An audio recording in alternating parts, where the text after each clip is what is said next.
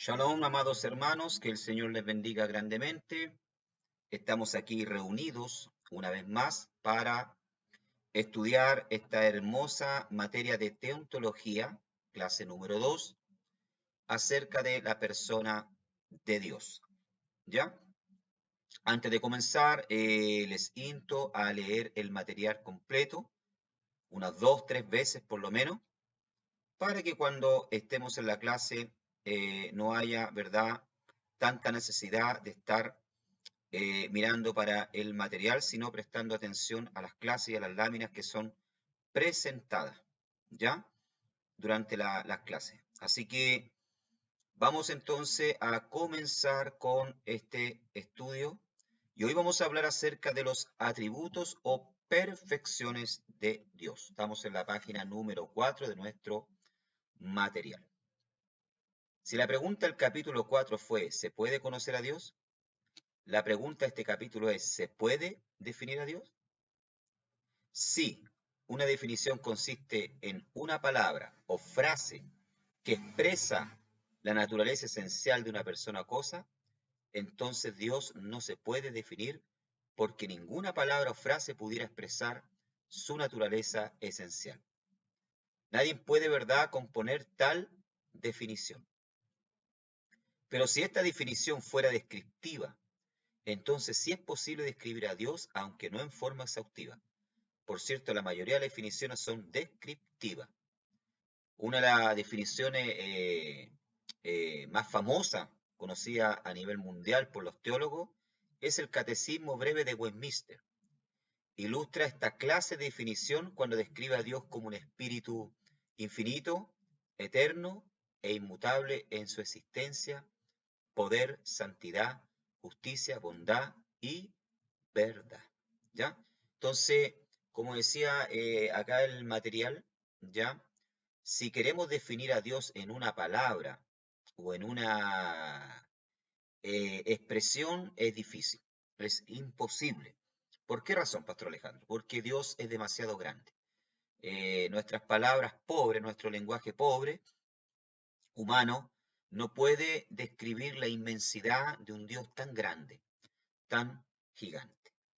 Pero si llamamos a la definición o queremos definir a Dios a través de características ya de su naturaleza esencial, sí podemos hacerlo, como lo hace, por ejemplo, este breve catecismo, ¿verdad?, que enseñaban los hermanos antiguos de Westminster, que define a Dios como un espíritu infinito, eterno, inmutable, en su existencia, poder, santidad, justicia, bondad y verdad.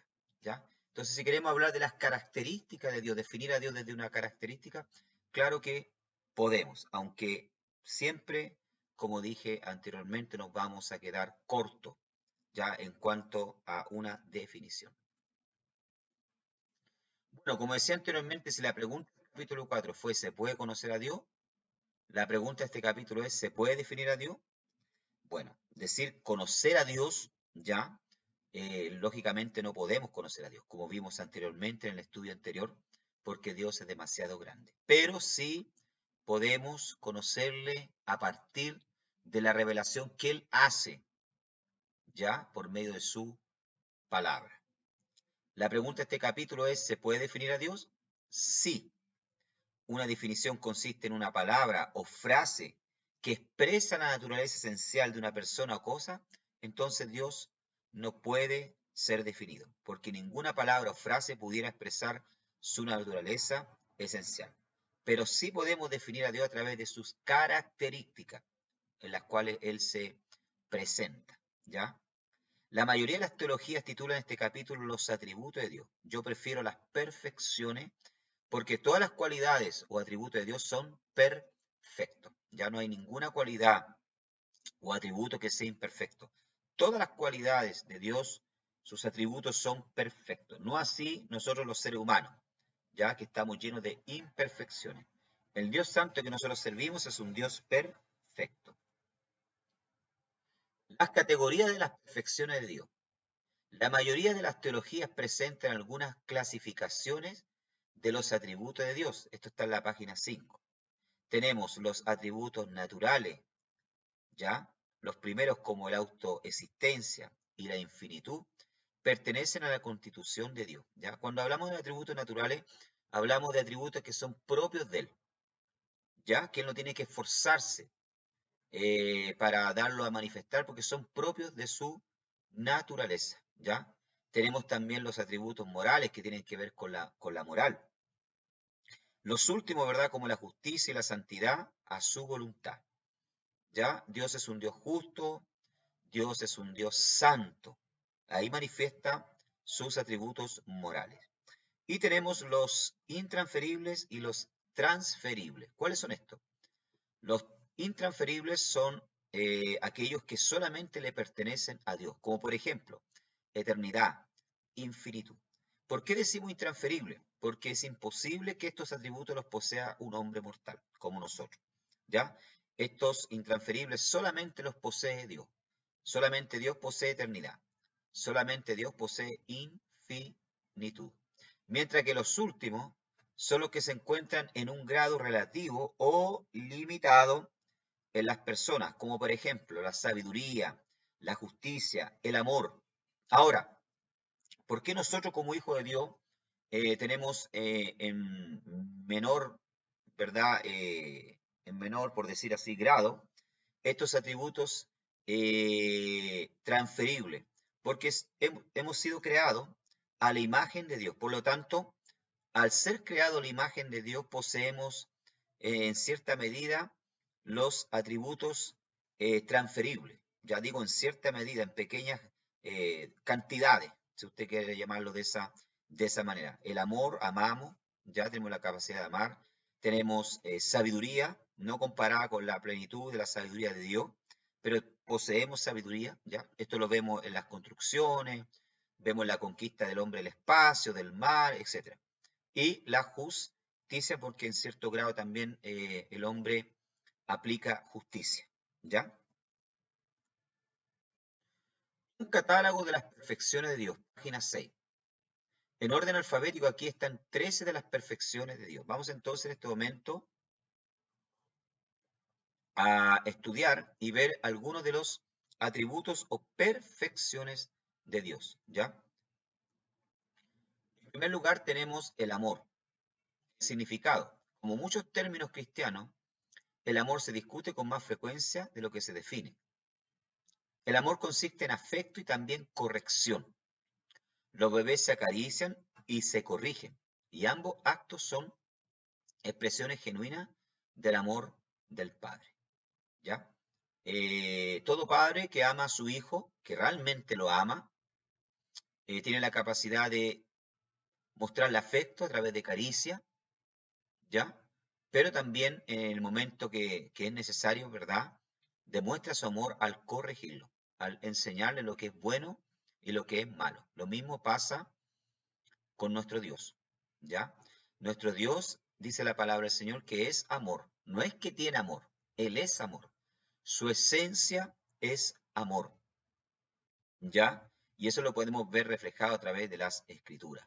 A partir del momento que Dios procura al pecador, a Adán y Eva, que habían pecado, que habían desobedecido, los procura para vestirlo y para hacerles una promesa de redención en Génesis capítulo 3, verso 15, este es un acto de amor. Al momento en que Dios envía a su único hijo a morir por nosotros en la cruz del Calvario, esta es una expresión tremenda de amor. El amor busca el bien del objeto amado. ¿Ya? Qué interesante esto. El amor busca el bien del objeto amado. Una persona que realmente ama busca el bien, ¿ya? De ese objeto o de esa persona a quien ama. Nuestro Dios siempre ha buscado el bien para el ser humano. La escritura de la Biblia directamente declara que Dios es amor. Primera de Juan capítulo 4, verso 8 dice, Dios es amor, ¿ya? El amor de Dios no es una simple debilidad afectuosa, ni una especie de muelle de ternura. La escritura declara que el Señor al que ama castiga y azota a cualquiera que recibe por hijo, ¿ya? ¿Qué quiere decir esto? Dios no cerrará los ojos al pecado, ni siquiera al de sus hijos. Su amor es puro, sin mezcla de sentimentalismo sensiblero. Hebreos capítulo 12, verso 6. Entonces, El amor de Dios, ¿verdad? No es una simple debilidad afectuosa, ¿ya? Dios, como dije anteriormente, al que ama y al que toma por hijo, lo ama, pero también lo castiga y azota. Y esto lo podemos ver reflejado en su propio pueblo Israel, a quien Dios ama, pero cuando ha tenido que corregir, cuando ha tenido que mandar para el exilio, para que ellos aprendan la lección, para que ellos dejen de ser idólatras, Dios lo ha hecho. Cuando Dios ha tenido que levantar otras naciones para corregirlo, Dios lo ha hecho. Entonces, el amor ya consiste en afecto, pero también en corrección.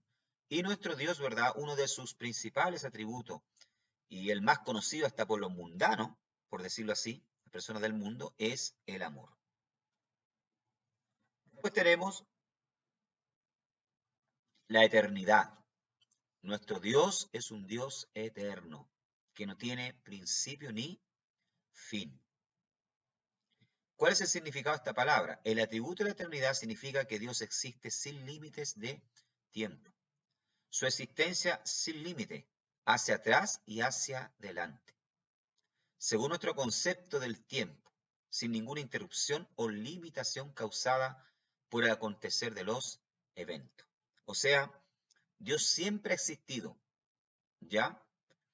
En nuestro lenguaje humano, en nuestra mente humana, todo tiene que tener un inicio y un fin, pero nuestro Dios no lo tiene, ¿ya? No lo tiene. Dios es eterno. A Dios nadie lo creó, ¿ya? Dios no tuvo un principio de existencia como lo tuvimos nosotros cuando nos formamos en el vientre de nuestra madre. No, Dios es un Dios eterno. Génesis capítulo 21, verso 33. Vamos a leer este pasaje. Vamos allá. Génesis 21, 33. Mire cómo Dios se presenta a Abraham. ¿Ya? Génesis capítulo 21, verso 33 de la palabra del Señor. Génesis 21, 33 dice así. 21, 33. 33. 33, acá. Y plantó, dice Abraham, un árbol tamarisco en Beersheba, e invocó allí el nombre de Jehová, Dios eterno. En hebreo es el Olam, ya el Dios eterno. Viene de una expresión original que significa el Dios de la eternidad o el Dios que siempre ha existido. Una consecuencia consoladora de la eternidad de Dios es la certidumbre de que Dios nunca ha dejado ni dejará jamás de existir. Por lo tanto, su control providencial que sustenta todas las cosas y todos los eventos está garantizado, ¿ya? ¿Se imagina que Dios dejase de existir como nosotros? Nosotros venimos a este mundo, ¿ya? Pasamos un tiempo en este mundo, pero un día dejamos de existir. Lógicamente nuestro cuerpo, porque nuestra alma sigue viviendo porque es eterna, ¿ya? Pero humanamente hablando, en lenguaje humano, terrenal, dejamos de existir. Pero nuestro Dios no. Nuestro Dios no muere nunca, no muere jamás. Él vive eternamente, para siempre. Y eso nos consuela, porque nosotros podemos dejar de existir en este mundo, pero nuestro Dios nunca ha dejado de existir. Por lo tanto, su control providencial que sustenta todas las cosas y todo el evento está garantizado. ¿Ya? Tenemos otra perfección, otro atributo maravilloso, la infinitud. ¿Cuál es el significado de la infinitud? La infinitud significa que Dios no tiene límites, ni el universo ni los límites del tiempo. Espacio lo limitan a Él en forma alguna. ¿Ya? Nuestro Dios, ¿verdad? Es un Dios infinito. Lo llena todo. ¿Ya? No tiene principio ni fin. Él es el alfa y la omega. ¿Ya? Es un Dios insondable, ¿ya?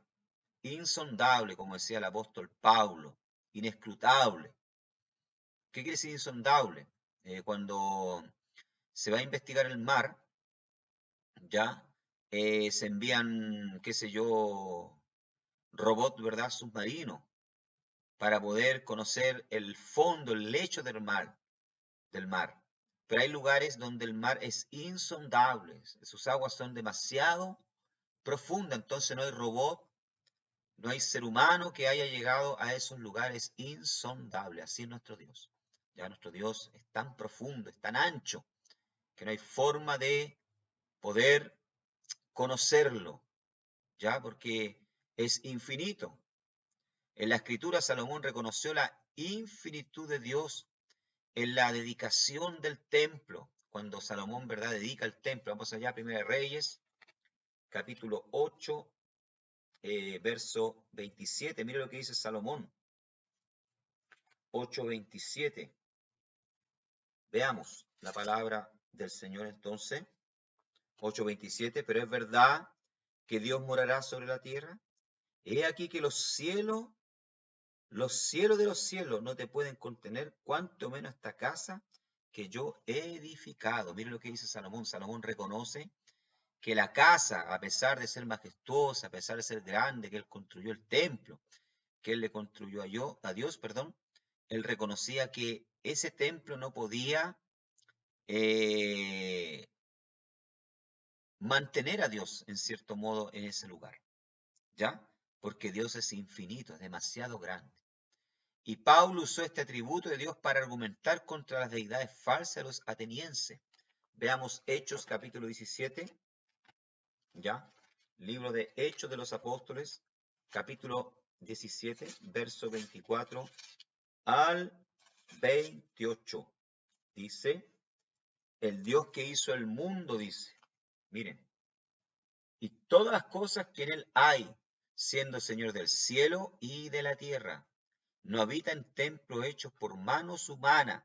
Ya, o sea, Dios es demasiado grande, hermana, para habitar en un templo hecho por hombre. Ni es honrado por manos de hombre como si necesitase de algo, pues Él es quien da a todos vida y aliento y todas las cosas, dice Pablo. O sea, Pablo está diciendo aquí a los atenienses, ¿verdad?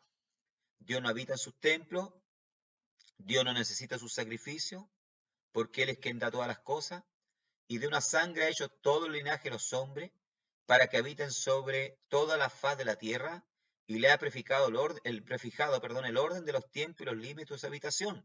Aquí Pablo está diciendo que Dios es tan grande, tan poderoso, que a partir de una sangre, ya de Adán, de un hombre, creó toda la raza humana. Interesante esto, ya, porque el nombre Adán en hebreo quiere decir ya hombre. Y de la misma raíz de Adán sale la palabra Adamá, que quiere decir tierra, y de la misma palabra Adán también sale la palabra Dam, que quiere decir sangre. Por lo tanto, cuando Pablo dice acá que de una sola sangre, de una sola Dam, ¿ya?, que viene de Adán, Dios ha hecho todos los hombres sobre la tierra, los ha creado. Y dice Pablo también que Él le ha prefijado el orden de los tiempos y los límites de su habitación. O sea, Dios ha determinado cuánto el hombre puede vivir. Antiguamente los hombres sabemos que vivían 700 años, 800 años, pero por causa del pecado Dios les prefijó, ¿ya? Les prefijó una cantidad de años, ¿ya? Acortó la vida de ellos. Este es el poder que tiene el Dios que nosotros servimos. Para que busquen a Dios si en alguna manera palpando pueden hallarle, aunque ciertamente no está lejos de cada uno de nosotros. Miren, miren lo que otra cosa nos revela aquí, otra joya. Pablo nos revela, ¿ya? Para que busquen a Dios, aunque sea palpándole, si es que le hallan, aunque no está muy lejos de nosotros. O sea, Dios es tan infinito, dice Pablo, que está al alcance de todos los hombres que de veras le buscan. ¿Ah? No está lejos. A la vez que Dios es muy grande, es un Dios también cercano. Muy diferente a los dioses griegos, que eran dioses que vivían en el Olimpo y que no tenían que ver nada con los asuntos humanos, no se mezclaban con los hombres, los dioses griegos. Nuestro Dios es un Dios diferente, es un Dios cercano. Es infinito, sí, pero a la vez también es un Dios cercano, ¿ya?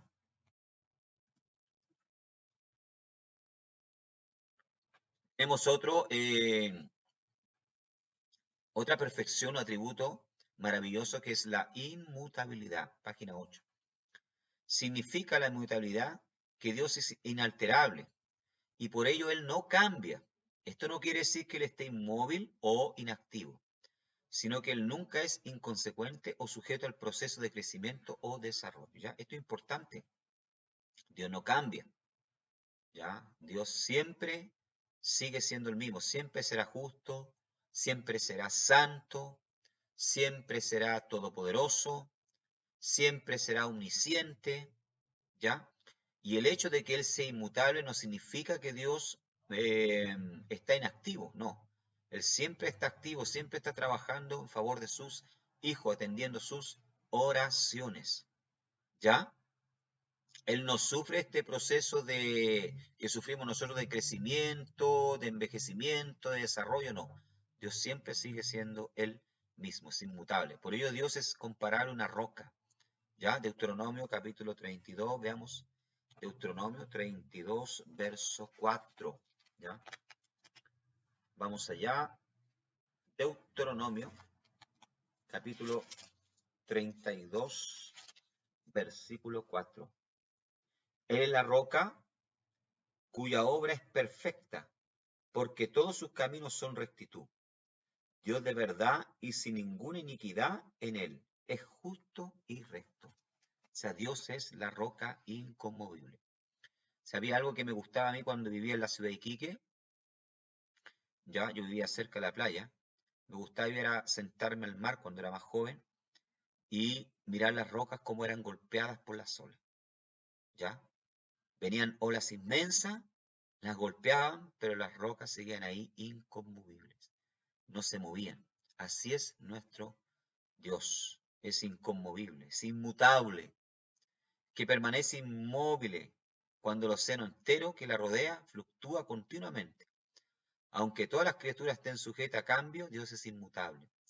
Él no conoce cambio alguno porque no tiene principio ni fin. Dios es por siempre, o sea, Dios es por siempre. Siempre será Dios.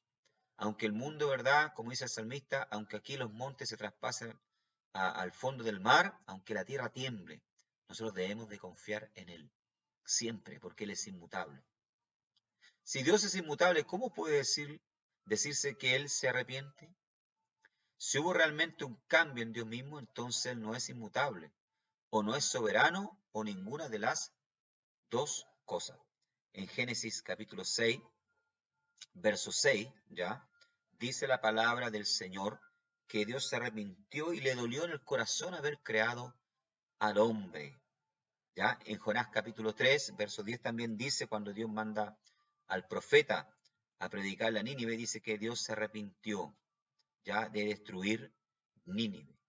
Bueno, en la expresión hebrea no es lo que quiere decir. Ya no es que Dios se arrepiente como lo arrepentimos nosotros porque se equivocó o porque planificó mal. No. Lo que entra aquí, ¿verdad? Lo que quiere decir es que Dios tuvo misericordia. En el caso de Jonás y en el caso de Génesis, ya ahí vemos nosotros que la palabra más correcta sería que Dios se dolió, ¿ya? Pero no que se arrepintió de haber creado al hombre, porque si Dios se hubiese arrepentido de crear al hombre, si nosotros dijéramos, ah, Dios se arrepintió de crear al hombre, dijo, pucha, ¿para qué lo creé, verdad? Me equivoqué, entonces estaríamos dando lugar a que Dios es un Dios imperfecto, un Dios que se equivoca, ¿ya? Eh, una historia, ¿ya? Hay una tradición judía en el Talmud que dice los rabinos que el día que Dios iba a crear al hombre, ya, iba a crear a Adán, le preguntó a sus ángeles que qué opinaban ellos, que si estaban de acuerdo. Y los ángeles, dice la tradición, ¿verdad? Talmúdica, ya, de los judíos, que los ángeles le dijeron que no crease al hombre porque el hombre lo iba a decepcionarlo, que el hombre iba a pecar, que el hombre iba a fallar. Los ángeles no estaban de acuerdo con que Dios crease al hombre, pero Dios amó tanto al hombre que lo creó de igual manera, aun cuando sus ángeles le decían que no. Ya, pero esto no está en la Biblia, esto es aquí, es tradición talmúdica, ya, del pueblo ortodoxo judío, ya. Pero les vuelvo a repetir, no es que Dios se arrepiente. En el caso de Génesis 6:6, es que a Dios le dolió. En el texto hebreo eso es lo que quiere decir, que a Dios le dolió su corazón, ¿ya? Es como cuando un padre y una madre es decepcionado por el hijo a quien tanto ama. Cuando el hijo hace algo que la mamá o el papá le aconsejaron que no hiciera y el hijo va igual en su rebeldía y lo hace. Bueno, en este caso es lo mismo, ¿ya? El hombre hirió el corazón de Dios al desobedecer, al entregarse enteramente a la iniquidad, a la maldad, ¿ya? Si hubo realmente un cambio en Dios mismo, entonces Él no es inmutable, o no es soberano, o ninguna de las dos cosas. Por lo tanto, Dios no puede arrepentirse. ¿Ya? Cuando la Biblia, hermanos, quiero dejar claro, cuando la Biblia habla de arrepentimiento, habla de la mano de Dios, del ojo de Dios, de que Dios camina, está hablando en un lenguaje antropomórfico, ¿ya? Eso se llama antropomorfismo, en un lenguaje humano.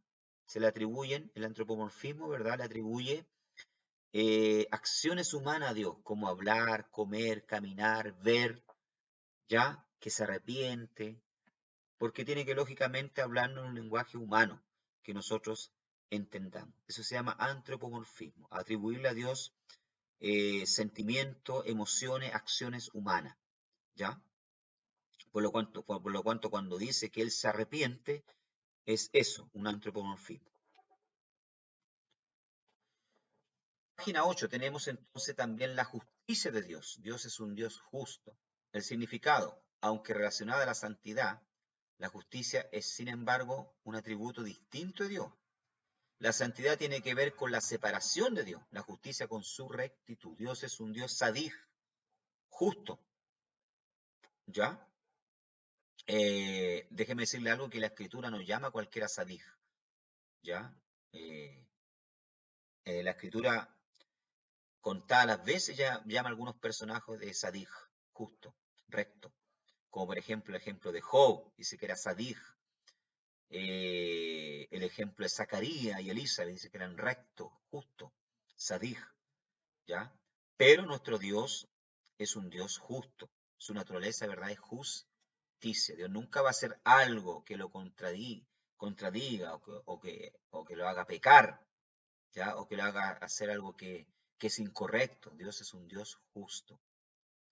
Poker lo ha expresado de este modo. Creemos en un Dios que actúa como nuestro juez. Parecería como muchos no creen. Si se les habla acerca de Dios como Padre, amigo, ayudador, el que nos ama a pesar de nuestra debilidad y pecado, toda nuestra necedad, se le ilumina el rostro. Estamos en la misma onda de inmediato. Pero si se le habla de Dios como juez, fruncen el ceño y sacuden la cabeza. Se resisten a aceptar semejante idea. La encuentran repelente e indigna. ¿Ya? Claro, a todo el mundo le gusta, ¿verdad?, que se le hable de Dios como un Dios amoroso, un Dios que perdonador, pero cuando se le habla de Dios como juez, que imparte justicia, que le da a cada uno lo que tiene que darle, ¿ya? Amén. Entonces a muchas personas no les gusta, pero la realidad es que la Escritura nos muestra de que Dios es un Dios sadij, un Dios justo. Salmo 11:7, porque Jehová es justo. A cada uno le da, como dije anteriormente, lo que se merece. Al que le sirve, al que le busca, al que le reconoce, lógicamente Dios le va a dar una eternidad a su lado, de comunión, ya, de consuelo. Hay una ciudad preparada para él. Pero aquel que le niega, aquel, verdad, que blasfema contra él, aquel que no quiere saber nada de él, hay una condenación eterna para él. Sería injusto de parte de Dios, ¿ya? Salvar al impío que toda la vida ha hecho lo malo, que toda la vida ha blasfemado contra Dios, que toda la vida se ha burlado de las cosas de Dios y lo llevar al cielo, juntamente con aquel que se ha guardado, con aquel que ha buscado a Dios, que le ha servido. Sería una injusticia de parte de Dios. Por lo tanto, Dios a cada uno le da lo que se merece. Dios es un Dios justo. Página número 9. Aquí tenemos otro atributo, otra característica de Dios, ¿ya? Libertad. Dios es un Dios que no está preso, sujeto a nadie. Dios es libre. La libertad, lo que se refiere a Dios, significa que Él es independiente a sus criaturas y de su creación. Qué importante este, amado hermano. Dios es libre y Dios no depende de nosotros. Repito, Dios no depende de nosotros. Hay cristianos, hay hijos de Dios que se comportan como si Dios dependiera de ellos y Dios no depende de nosotros. Somos nosotros los que dependemos de Dios. Dios sin usted sigue siendo Dios. Dios sin mí sigue siendo Dios. Yo sin Dios no soy nada. Usted sin Dios no es nada. Dios es independiente de sus criaturas y de su creación. Dios nunca, usted nunca va a ver a Dios pidiéndole plata prestada. A usted nunca va a ver a Dios diciéndole, ¿verdad? Oye, ayúdame. Usted nunca verá a Dios diciéndole al hombre, oye, aconséjame. Al contrario, somos nosotros los que acudimos a Dios. Cuando Isaías le preguntó al pueblo quién había aconsejado, enseñado o instruido al Señor en algo, él esperaba que su respuesta fuera nadie, porque Dios es libre, independiente de sus criaturas. Isaías pregunta, ¿verdad? En Isaías capítulo 40, versos 13 y 14, ¿quién enseñó el Espíritu de Jehová? ¿O le aconsejó enseñándole? ¿A quién pidió consejo para ser avisado? ¿Quién le enseñó el camino al juicio o le enseñó ciencia o le mostró la senda de la prudencia? El profeta también dice, hablando en favor de Dios, ¿ah? En favor del Señor. ¿Quién enseñó el Espíritu de Jehová? ¿A qué me compararéis? Dice Jehová a través del profeta al pueblo de Israel. ¿A qué me compararéis? ¿Con qué Dios me compararéis? ¿Con qué persona? ¿Ya? Lógicamente sabemos que Dios no le pide consejo a nadie. Y como dije anteriormente, somos nosotros los que dependemos de Dios. Por lo tanto, Dios es un Dios libre, ¿ya? Es un Dios que no tiene patrón, por decirlo así, ¿ya? La mayoría de las personas que trabajan apatronadas, tienen un jefe por encima de ellos, que los manda, que le da órdenes, ya que le pide hacer cosas. Pero en el caso de Dios es independiente, no tiene patrón. Otro atributo bien conocido, ¿ya? Bien hermoso, es la omnipotencia. La omnipotencia significa que Dios es todopoderoso y capaz de hacer cualquier cosa consecuente con su propia naturaleza. ¿Ya? O sea, Dios tiene todo poder. ¿Ya? Y esta omnipotencia, lógicamente, Dios la usa para hacer cosas, ¿verdad? Que no, que beneficien al hombre, pero que también no vayan en contra de su propia naturaleza. ¿Ya? La palabra todopoderoso se usa solamente para Dios en la Biblia, en la cual se halla 56 veces y es la base para el concepto de la omnipotencia. Dios se revela a sí mismo como el todopoderoso a Abraham. ¿Ya? Génesis 17:1 dice, era Abraham de edad de 99 años, cuando le apareció Jehová y le dijo, yo soy el Dios todopoderoso, anda delante de mí y sé perfecto. ¿Ya? Y ahí vemos que Dios se le hace una serie de promesas, como por ejemplo darle la tierra de Canaán a su descendencia, siendo que cuando Abraham estaba ahí habitando y viajando, ya vivía de forma nómada, era un pueblo pequeño, era un grupo de personas en la realidad, ¿ya? Entonces, Abraham acá se presenta, perdón, Dios se presenta a Abraham como el Dios todopoderoso, el cual le promete la tierra de Canaán y le promete también, ya, darle una gran descendencia. Y Dios hace un pacto, ya, con Abraham. Y no solo eso, sino que también le promete un hijo. Y aquí recalca el escritor que era Abraham ya viejo, de 99 años, imagínense. ¿Ah? 99 años, hermano. tenía a Abraham cuando Dios le promete un hijo. Tal vez Abraham ya estaba pensando, ¿verdad? Estoy viejo, ya no puedo, pero Dios se le presenta como el Todopoderoso. Todo aparentemente, humanamente, estaba contra Abraham. Era viejo, su esposa ya era de edad, los cananeos habitaban en la tierra de Canaán, eran poderosos. Abraham miraba, ¿verdad? Pero Abraham confiaba en Dios. Abraham creía en las promesas de Dios.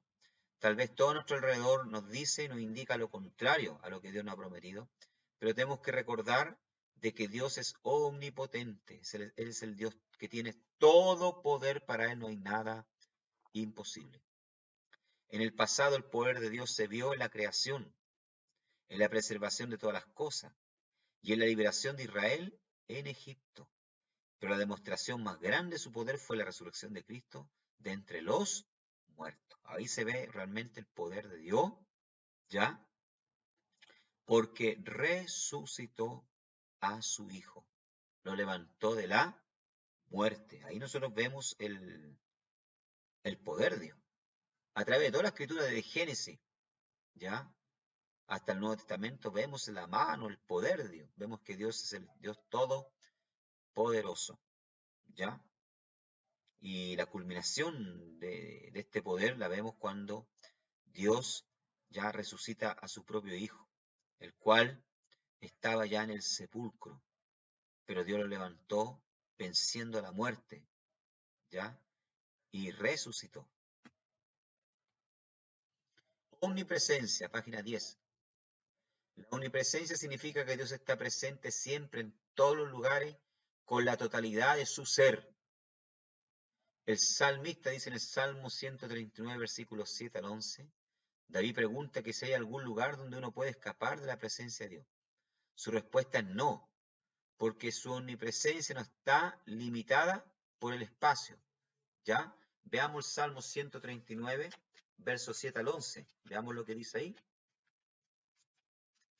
Salmo 139, ¿ya? Versículo 7 al 11. Dice así: ¿A dónde miré de tu espíritu? ¿Y a dónde huiré de tu presencia? Si subiera a los cielos, allí estás tú. Y si en el Sheol hiciere mi estrado, he aquí, allí estás tú. Si tomare las alas del alba y habitar en el extremo del mar, aún allí me guiará tu mano y me asirá tu diestra. Si dijere ciertamente las tinieblas me cubrirán, aún la noche resplandecerá alrededor de mí. Ve lo que dice el salmista: aunque yo haga mi casa en el cielo, ahí estás tú. Si en el Seol, dice en el Sheol, ¿verdad? En hebreo, que el Sheol, hermanos, en el idioma hebreo, por si acaso, la palabra Sheol quiere decir mundo del más allá, ¿ya? La palabra Sheol, como algunos libros la interpretan y enseñan, no es sepulcro, no es sepulcro, ¿ya? Ha sido mal interpretada esa palabra. La palabra Sheol en hebreo es mundo del más allá. Los judíos creen que el Sheol era el mundo para donde ellos iban cuando morían, ¿ya? El mundo del más allá. Por lo tanto, es otra la palabra que se utiliza en la escritura para sepulcro, ¿ya? Entonces, el salmista dice: aunque yo haga en el Sheol, en el mundo del más allá, me vaya, ahí estás tú también. O sea, Dios está presente en todo lugar. La omnipresencia no significa que la inmediatez de su presencia no varíe, pues si sucede, su presencia sobre su trono, en el templo de Salomón o en el creyente, ¿ya? O sea, Dios puede manifestar su presencia en su trono, Dios puede manifestar su presencia en el templo o en el corazón del cristiano. Ciertamente difiere en su inmediatez de su presencia en el lago de fuego, ¿ya? O sea que Dios está presente aún en el lago de fuego, o en el infierno Dios puede hacerse presente también, ¿ya? O sea, Dios tiene esa capacidad que no tiene Satanás. Satanás tiene que recorrer la tierra y andar por ella, ¿ya? Para poder atender sus asuntos. Dios no tiene esa necesidad. Si bien es cierto, Dios tiene un ejército de ángeles a disposición de él, pero su presencia está en todo lugar. Todos lo saben. Por eso es que Lucifer, cuando allá en el libro de Ezequiel, ¿verdad? Cuando se rebela contra Dios, y él hace una rebelión allá en el cielo contra Dios, es expulsado del cielo, porque él pensó que estaba haciendo la rebelión, ¿ya? Y que Dios no lo estaba viendo, escuchando. Pero cuando él estaba haciendo esa rebelión en el cielo, Dios estaba ahí, porque su presencia todo lo llena. Él es omnipresente. Nadie puede escaparse de la presencia de Dios. Esto advierte a los no creyentes y consuela a los creyentes, los cuales, porque Dios es omnipresente, puede experimentar su presencia en cada circunstancia de la vida. O sea, nadie se puede escapar, hermano, de la presencia de Dios. ¿Ya? Los impíos piensan que se pueden escapar de la presencia de Dios, de que no van a tener que dar nunca cuenta delante de la presencia de Dios. Y un día van a tener que dar cuenta delante de la presencia de Dios por todo lo que hayan hecho. ¿Ya? Nadie se puede escapar. Vemos que Jonás, el profeta, trató de huir de la presencia de Dios, ¿ya? Yéndose a Nínive, yéndose a Tarsis, siendo que Dios lo había enviado a Nínive a predicar la palabra, pero Jonás desobedeció a Dios. Y la presencia de Dios lo alcanzó, ¿ya? Lo alcanzó y lo trajo de vuelta para que hiciese la voluntad de Dios, cumpliese el propósito de Dios. Tenemos entonces la omnisciencia. ¿Qué quiere decir esto, Pastor Alejandro? Omnisciencia. Dios todo lo sabe. La omnisciencia significa que Dios sabe todas las cosas, ¿ya? No hay nada que se le oculte a Dios. ¿Mm? Su conocimiento es ilimitado. ¿Ya? No es como el conocimiento que tenemos nosotros, que es limitado. No, el conocimiento de Dios es ilimitado. Él sabe todas las cosas. ¿Ya? Significa que Dios sabe todas las cosas, las reales y las posibles, todas por igual y sin tener que esforzarse.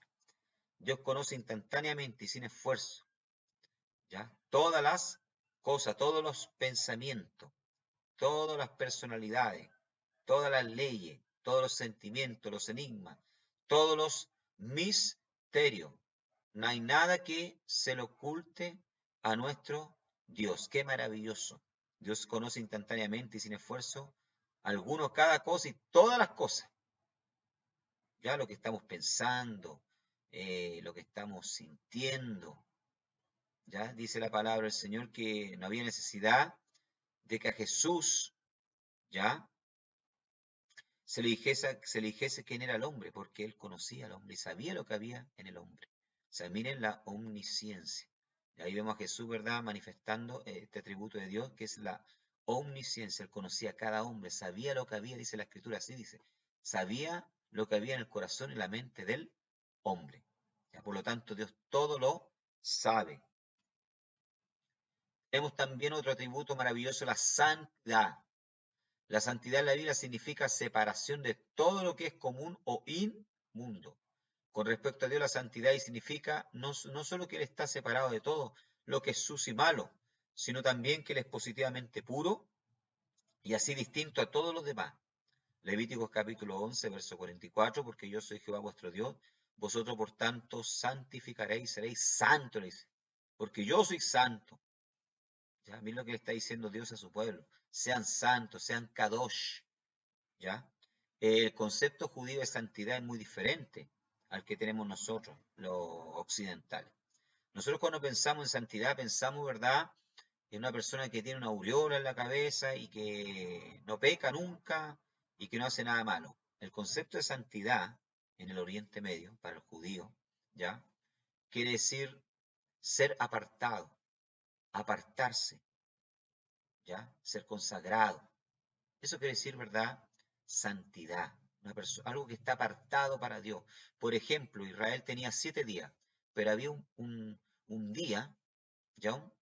Un día que era Kadosh, que era santo, que era para ser apartado, ¿ya? El propio Israel era un pueblo apartado, era un pueblo Kadosh, era un pueblo diferente a los pueblos de la tierra de Canaán. ¿Ya? Había ciertos alimentos que eran kadosh, que había que apartar para poder comer, y había ciertos alimentos que eran impuros, que no eran kadosh, ¿ya? Que no eran kosher, como le dicen hoy en día los judíos. Hasta el día de hoy hay ciertos alimentos que los judíos no comen, ¿ya? Porque según como ellos observan la ley, ellos dicen que los contaminan, ¿ya? Entonces, el concepto hebreo en cuanto a lo que es la santidad es diferente al nuestro, ¿ya? Dios quiere que seamos un pueblo apartado, un pueblo diferente al pueblo del mundo, a las personas del mundo, ¿ya? Después tenemos soberanía, página 12. La palabra significa principal, jefe, supremo. Habla primero de posiciones.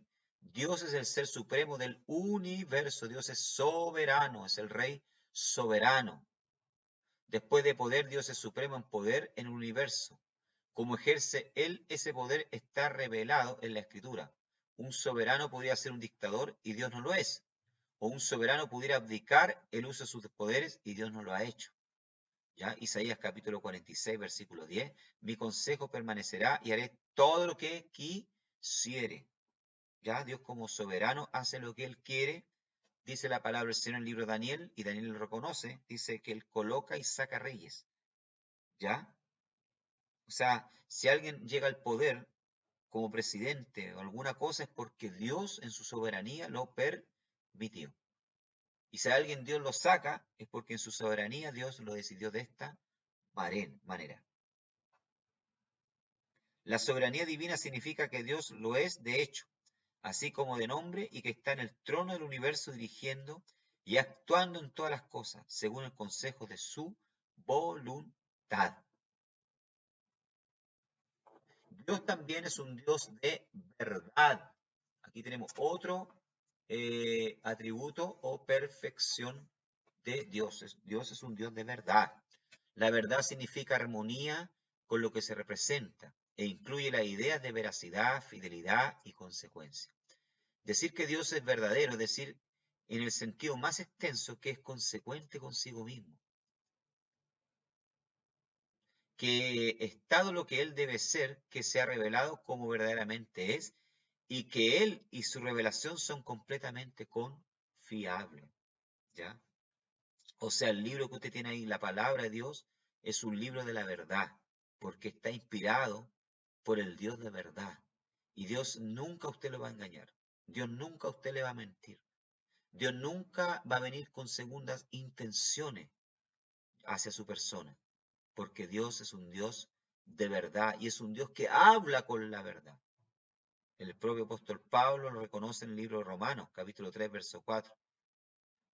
De ninguna manera, dice, antes bien sea Dios veraz y todo hombre mentiroso, como está escrito, para que sea justificado en tus palabras y venza cuando fuere juzgado. Entonces, dice el apóstol Pablo que Dios es un Dios veraz. ¿Qué quiere decir eso? Que es un Dios que habla con la verdad, que no miente, que no engaña, que cuando promete algo lo cumple. ¿Ya? Al contrario, el ser humano de por sí es un ser mentiroso. ¿Ya? Es un ser mentiroso que no cumple las promesas, que falla, que comete errores. Pero nuestro Dios es un Dios de verdad. Por lo tanto, su palabra